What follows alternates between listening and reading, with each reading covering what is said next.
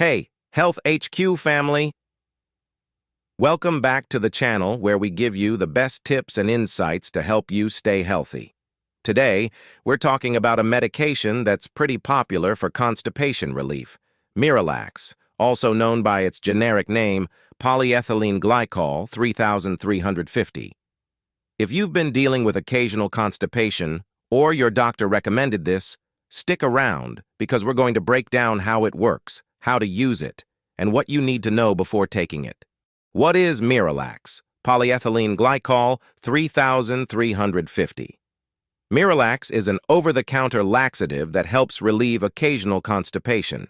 It works by drawing water into the bowels, which softens the stool and makes it easier to pass. Unlike stimulant laxatives, Miralax doesn't cause your body to contract or force a bowel movement. It just helps your body do what it naturally wants to do.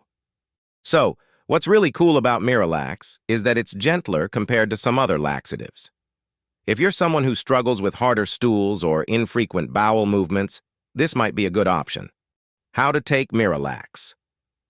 Miralax comes in a powder form that you mix with a liquid, usually water or juice. It's really simple to use.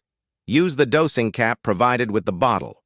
Mix the recommended dose, which is about 17 grams, into 4 to 8 ounces of liquid. Stir until it's fully dissolved and then drink it. Most people see results within 1 to 3 days, so don't expect immediate relief. One of the nice things about Miralax is that it's flavorless, so you can mix it with pretty much any drink without noticing a big difference in taste. What to watch out for? Like any medication, there are a few things you should be aware of.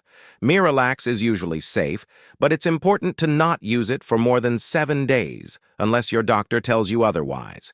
Using it too long can lead to imbalances in your electrolytes or other side effects, like bloating, gas, or even more serious conditions like kidney issues if misused.